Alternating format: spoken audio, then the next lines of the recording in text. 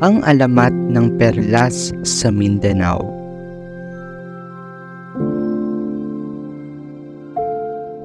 Isang binatang mangingisda ang nagkaroon ng kasintahang dalagang Muslim sa isang puok sa Mindanao noong unang panahon.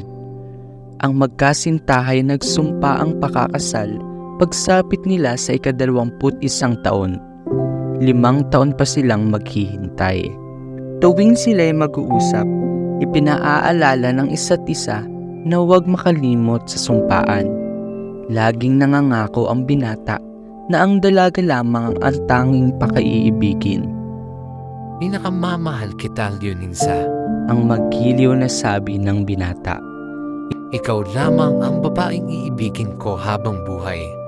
Gugustuhin ko pa ang kamatayan kung hindi rin lamang ikaw ang aking magiging kapalaran.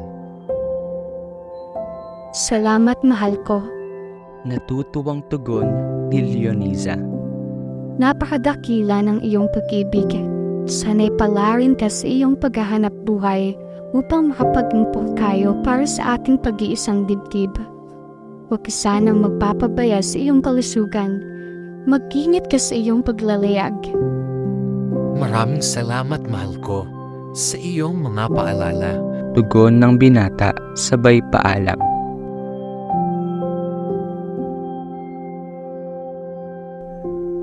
Laging nagsusunuran at walang pagkukulang ang magkasintahan sa isa't isa. Kapwa sila tapat sa sumpa. Walang madilim na panginorin sa kanilang pag-ibig. Laging bukang luwayway. Walang pagmamaliw ang kanilang pagtitinginan. Subalit, mapagbiro ang tadhana. Biglang nawala ang binata at hindi na nagpakita sa kanyang kasintahan.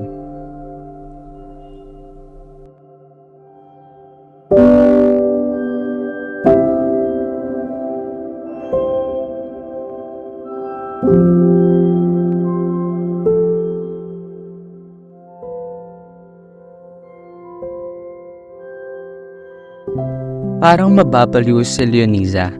Araw at gabi nasa daungan upang magbakasakaling magkita sila ng kanyang minamahal. Umulan at umaraw ay nananatili siyang nag-aabang sa daungan. Hanggang sa iluwal sa maliwanag ang bunga ng kanyang pagkakasala.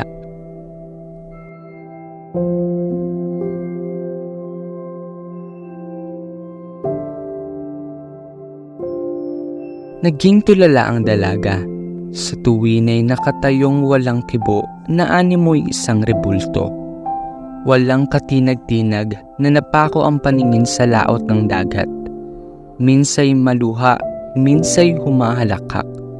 Tumating ang saglit na hindi sukat asahan. Siya'y naging isang taong bato.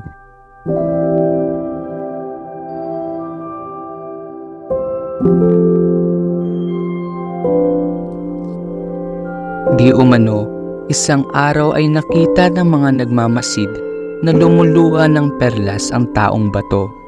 Biglang lumaganap ang balita.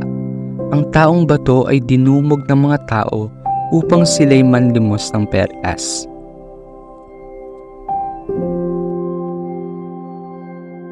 Isang inang dukha ang nagtiyagang naghintay ng iluluhang perlas. Kasama niya ang anak na 7 taong gulang. Yumakap sa rebulto ang ina't nagmakaawa. Bigyan mo kami ng iyong perlas. Nang ang ina ay bumitaw sa pagkakayakap sa rebulto, ay hindi na niya nakita ang kanyang anak. Hanap dito, hanap doon. Inabot ng dilim ang ina sa paghahanap, subalit nawalan ng saysay.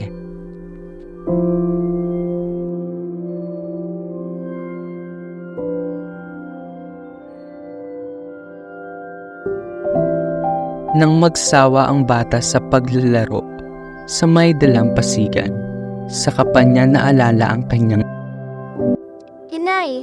Inay! Narito ako! Saan ka naroroon? ang sigaw ng bata, tuloy yakap sa paanan ng rebulto.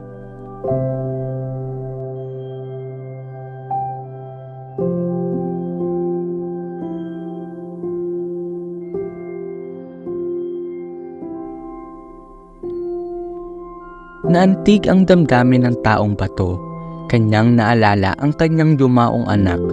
Ang kanyang mga matay dinaluyan ng masaganang luha.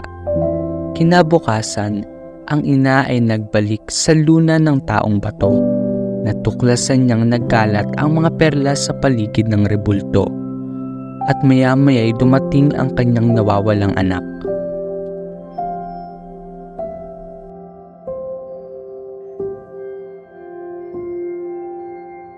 Saan ka nanggaling? Kahapon pa kita hinahanap. Hanggang ngayon ikaw ay aking hinihintay. Ako po'y nanlimot ng pag-ibig. Nagbalik po ako sa rebulto, ngunit kayo'y wala na roon. Bakit hindi ka umuwi sa atin? Hindi ko alam ang daan sa pag-uwi. Sa bahay po ng kaibigan ko ako natulog. Tulungan mo akong manlimot ng perlas. Pagkatapos ay uuwi na tayo. Nang kalaunan, ang kinatatayuan ng taong bato ay nakarating ng talpukan ng alon. Ang rebulto ay tinangay ng alon. Ito'y napalaot sa pusod ng dagat hanggang sa nawala. Ang luha ng dalagang nabigo sa pag-ibig ang pinagmulan ng maraming perlas sa dagat ng Mindanao.